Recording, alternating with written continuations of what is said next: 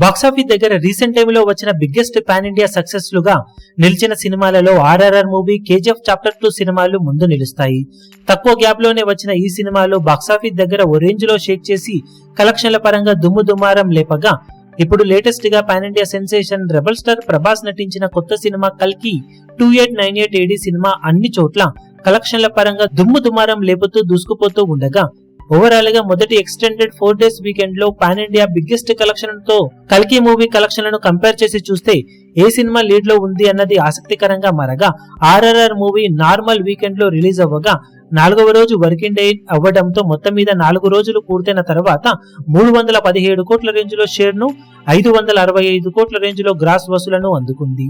ఇక ఈ సినిమా వచ్చిన తర్వాత వెంటనే ఆడియన్స్ ముందుకు వచ్చిన KGF chapter 2 cinema extended 4 days weekend advantage తో రిలీజ్ అవ్వగా 4 రోజుల్లో మొత్తం మీద 277.81 కోట్ల రేంజ్ లో షేర్ ను, 557.45 కోట్ల రేంజ్ లో గ్రాస్ కలెక్షన్ ను అందుకుంది. కేజీఎఫ్ 2 కి 4 రోజుల వీకెండ్ కలిసి వచ్చింది బాక్సాఫీస్ దగ్గర. ఇక ఇప్పుడు సేమ్ ఇలాగే 4 రోజుల వీకెండ్ కలిసి వచ్చిన కల్కి మూవీ 4 days ఎక్స్టెండెడ్ వీకెండ్ లో వరల్డ్ వైడ్ గా 265.73 కోట్ల రేంజ్ లో షేర్ ను వసూలు చేయగా, వరల్డ్ వైడ్ గ్రాస్ 507.3 కోట్ల మార్కును అందుకుంది.